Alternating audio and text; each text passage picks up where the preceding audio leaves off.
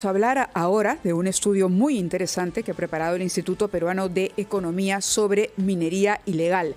Lo interesante es la comparación que se hace con la situación de esta misma economía ilegal en otros países de Sudamérica. Y una de las conclusiones, uno de los, de las conclusiones que más sorprende por la cifra, es el hecho de que el Perú exporta el 44% del oro ilegal de todo Sudamérica, de toda la región. El señor Carlos Gallardo, gerente general del Instituto Peruano de Economía, se encuentra con nosotros para con él desglosar este estudio y analizar cifras como esta.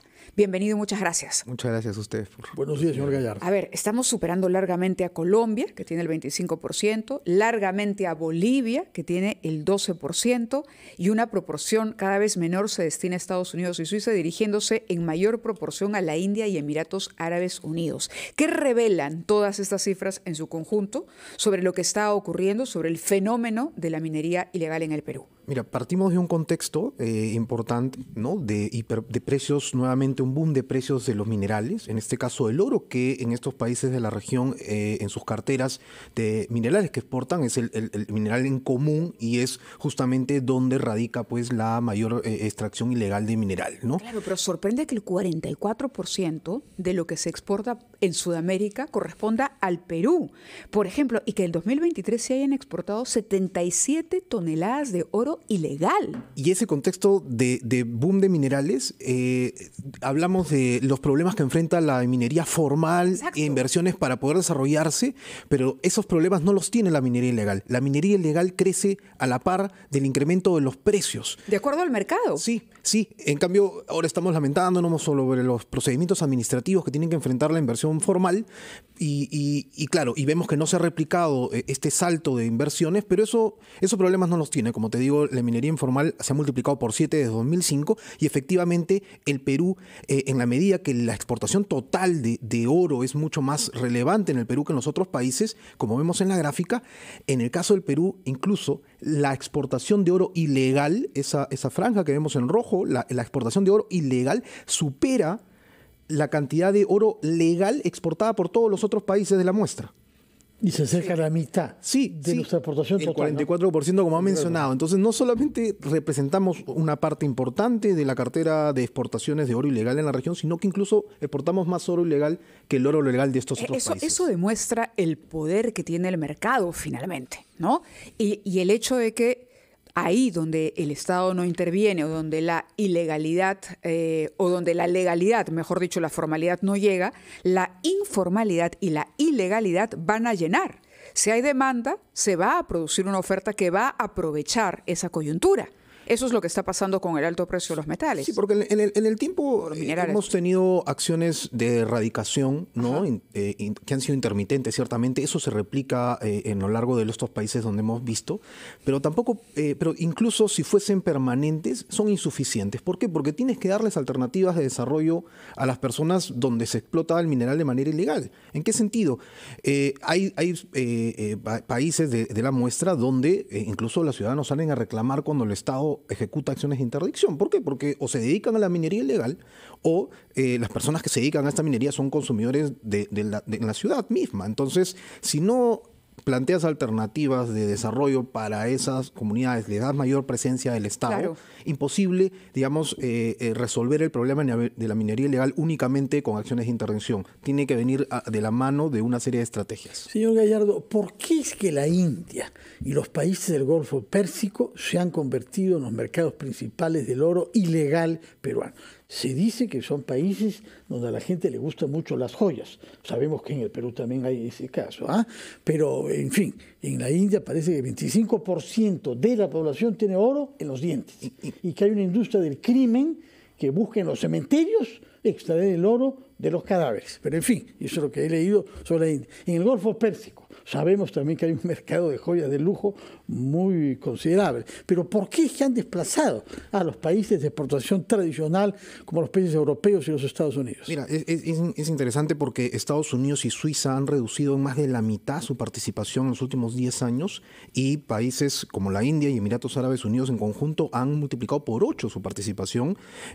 Ahora, lo que sí hemos visto en algunos algunos reportes es que indican que son países un poco tanto más laxos en cuanto a el ingreso de minerales y estar seguros de que provienen 100% de rutas legales, ¿no? Entonces ahí viene el problema, si quieres, en la desviación, y también nos levanta las alarmas porque ustedes conocen una serie de regulaciones sobre los alimentos o sobre la elusión tributaria, y la Unión Europea elabora reglamentos muy altos para evitar, ¿no es cierto?, asegurarse de que los alimentos provienen de buenas fuentes. Y eso mismo no existe a ese nivel de desarrollo para el caso de la minería ilegal. De acuerdo, para asegurarse, ¿no? Ir a una pausa, por favor, después de la cual quisiera que entráramos al aspecto criminal en el Perú vinculado a esto, porque la cifra de 4.800 millones de dólares al año que vienen de ahí significa una capacidad de corrupción de todas las instituciones considerable, y de contratar sicarios y todo lo demás. Nos dirá, por favor, qué datos tiene sobre el aspecto criminal que está al lado de las cifras macroeconómicas propiamente tales en relación al oro. Vamos a la pausa, Mabel. Hacemos una pausa a las 9:30, escuchamos los titulares de la media hora y regresamos con alegría. Bueno, retomamos algo que es menos alegre, que es la minería ilegal en nuestro Perú.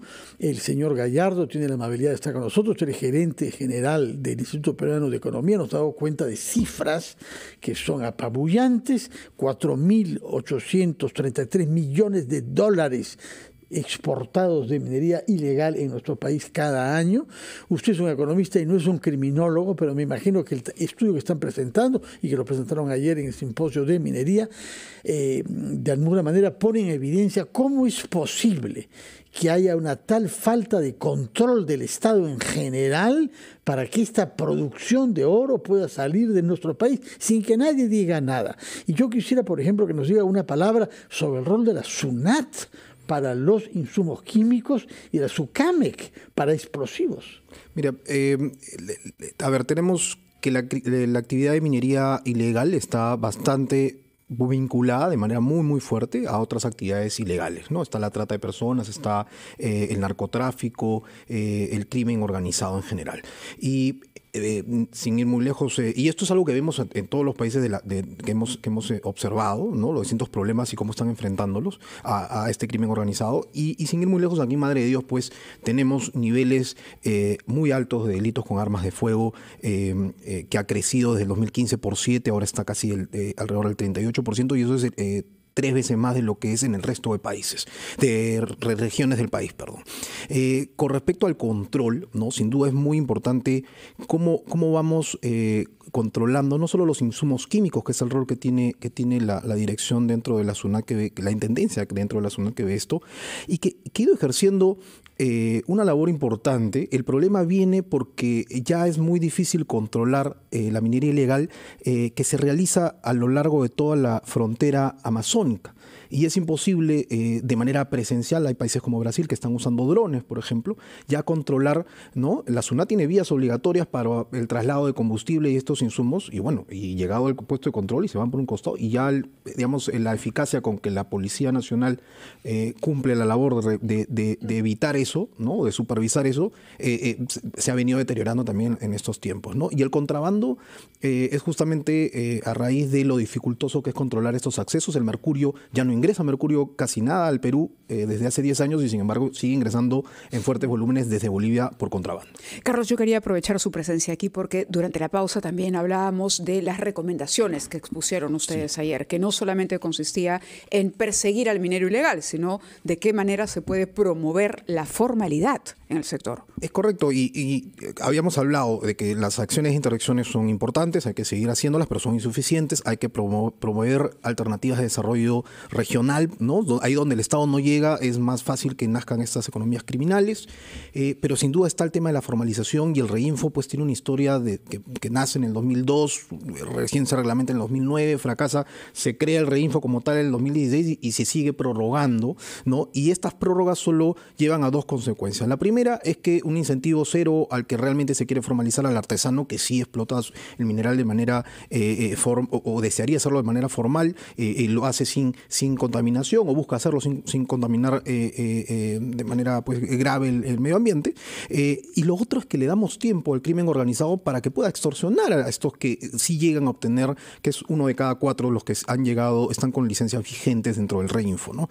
¿Por qué? Porque a través de ellos lavan el dinero, lavan el mineral que ellos extraen o que otros extraen de manera ilegal, ¿no? O les extorsionan para ofrecerles pues servicios de seguridad, ¿no? O para dejarlos simplemente explotar sus lotes. Entonces, eso es lo que ha ocasionado el Reinfo. Necesitamos un sistema que impulse la formalización y no solo crear el registro y obligarlos a registrarse, hay que capacitarlos para que puedan hacerlo de manera efectiva y puedan contaminar cada vez menos, ¿no? Entonces, eso es un tercer eje también importante de las recomendaciones. Muchísimas gracias por su presencia acá. Es importante que tengamos estos datos, pero la verdad es que no se ve que en el Estado hay una acción decidida para uno, que no se importen más insumos químicos que los que son legalmente necesarios. En segundo lugar, que los explosivos sean controlados, porque eso se usa también en la minería ilegal, y verdaderamente hacer una campaña, porque si no terminaremos por caer en manos de estas bandas criminales que se organizan con más eficiencia y más rapidez que el Estado mismo. Así es, sobre todo insistir en esto último, porque si hay una oportunidad, ¿no?, que nos ofrece el mercado por el alto precio del oro, pues entonces la formalidad, la minería formal es la que debería estar satisfaciendo o atendiendo esa demanda. Es una oportunidad que el Estado peruano le está dejando a la ilegalidad. Palabras finales. Sí, Carlos. una última cifra, ¿no? Porque esa es, si quieren, la incorporación del combate a la minería ilegal realmente como una política de Estado, ¿no? Debe comenzar no solo con el relanzamiento de una comisión de alto nivel, ¿no?, que ya existe hace 12 años y que no ha tenido grandes resultados, sino también en temas presupuestales, ¿no? De cada 100 soles de presupuesto para orden o seguridad, solo se gasta 50 céntimos en el combate a la minería ilegal. 50 céntimos de cada 100 soles. Entonces es difícil que de esa forma se vaya avanzando en controlar esa actividad. Muchas gracias por su presencia, Carlos Gallardo. Recuerdo que soy el gerente general del Instituto Peruano de Economía, que ha venido acá a mostrarnos en calidad de primicia algunos gráficos y algunas cifras, poniendo en evidencia la gravedad del tema de la minería ilegal en nuestro país, que se ha convertido en la principal actividad criminal en términos de monto de dinero movido cada año. Vamos a hacer una pausa, despedimos al señor Gallardo y entramos al segmento final, Mávila, de ampliación de noticias.